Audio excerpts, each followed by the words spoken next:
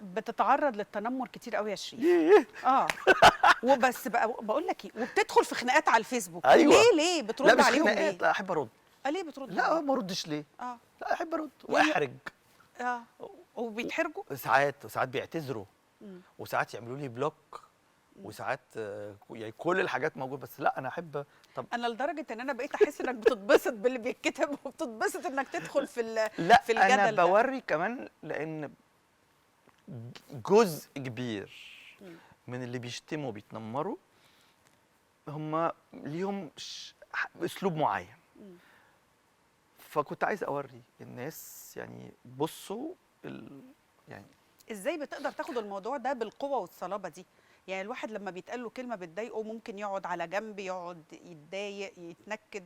انت بتواجه ده بقوه. لا اتنكد ليه؟ عشان حد عايب على الجاكيته بتاعتي، ولا حد عايب على طريقه مشيتي، ولا حد، لا ده انا ابقى تافه قوي لو اتضايقت بجد، لان هو عنده قدر كبير من التفاهه اصلا انه يضيع وقته ويخش يكتب التعليق ده.